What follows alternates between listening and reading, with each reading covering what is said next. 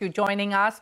Moving on, also on what's brewing, fitness and wellness platform Fitpass has hit over 174 crore rupees in annual run rate, is profitable, cash flow positive for over 3 years, and has grown 205% in the last fiscal year, all without a single rupee spent on real estate. Founded in 2015, Fitpass now partners with over 8,000 gyms and studios across Tier 1, Tier 2 and Tier 3 cities, offering everything from AI-led coaching and virtual workouts to doctor consultations and pharmacy benefits. To tell us what's next, as Fitpass sets its sights on the D2C frontier, joining me now is Akshay Verma, the co-founder of Fitpass.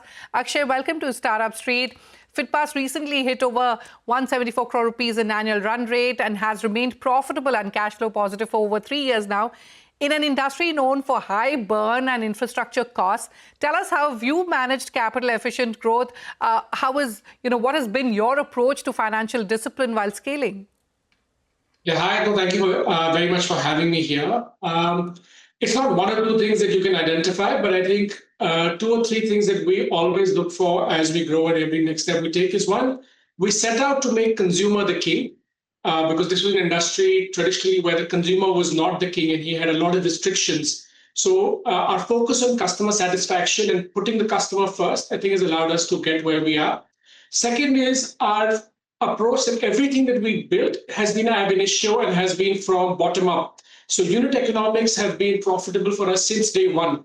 And I think that is what spits out cash as the Fitpass virtual cycle spits out more demand, more utilization at our gyms. So this at scale seems like big numbers, but it is ultimately at the base level, it is customer satisfaction and positive unit economics from the get-go.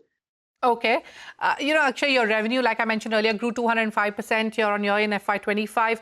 Now, this is without physical infrastructure. You've got zero real estate investment or aggressive spending. What are the key growth levers driving this kind of scale in such a lean infra-light model? I think one is this just makes pure business sense. This is what a shared economy model does. And I think a lot of players like Airbnb, Amazon, Uber, all who've operated the shared economy model have proven.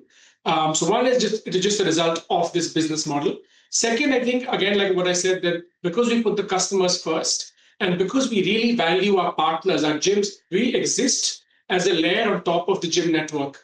And we have zero attrition in our gym network. So the fact that we've been able to establish deep trust, deep relationships, commercial and personal, with the network is what has allowed us to deliver good customer experience. And that is what has allowed us to retain them.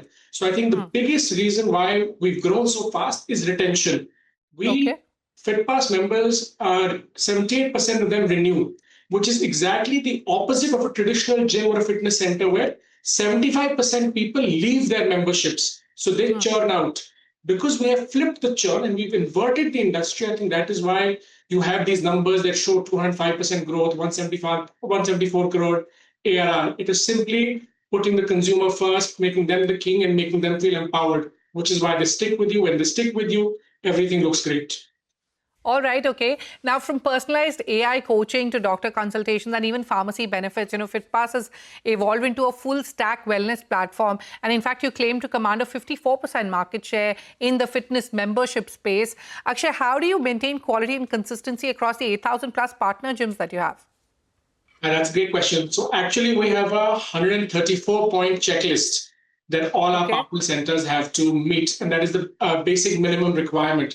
And that ranges from the size of the asset, the quality of the asset, whether there is parking, whether there are valets, how many ACs they have, what is their current membership prices, what is the education level of the trainers, what certifications they have, what is the education level of the promoters who have promoted the center. So there's a 134-point checklist.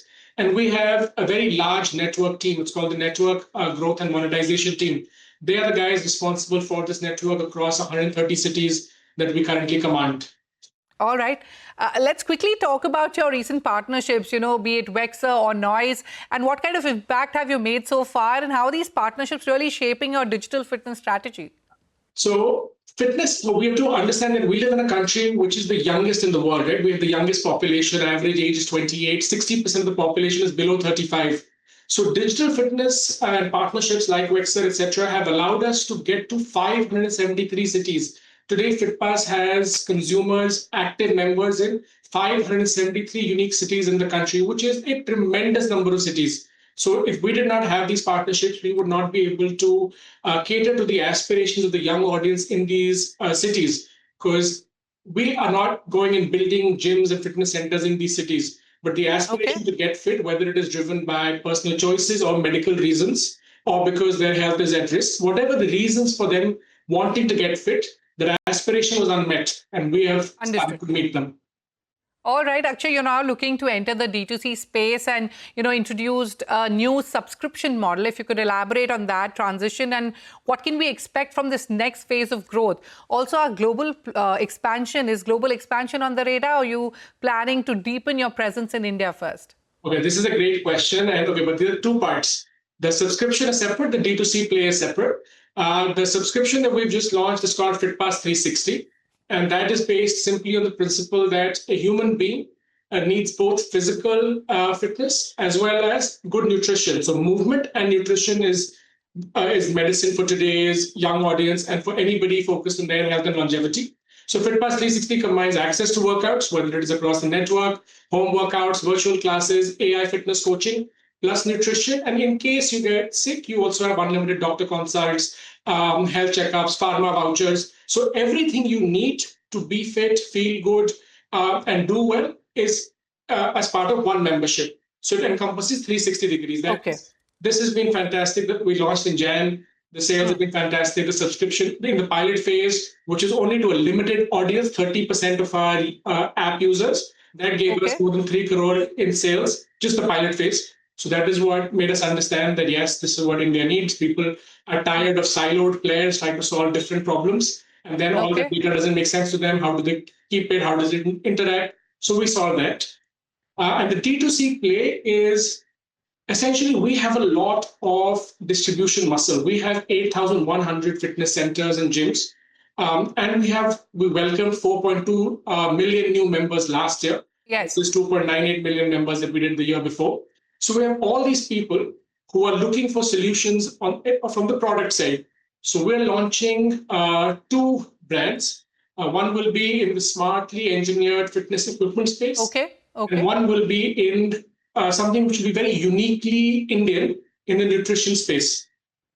And we hope to activate our centers as our points of sale. So suddenly we should be able to give you a couple more 100 crore D2C brands in the next 2 years. All right. On that note, I'll have to wrap up our conversation, but wish you the very best with your D2C playbook. Thank you so much, Akshay, for joining us on Startup Street today. Thank you for having me.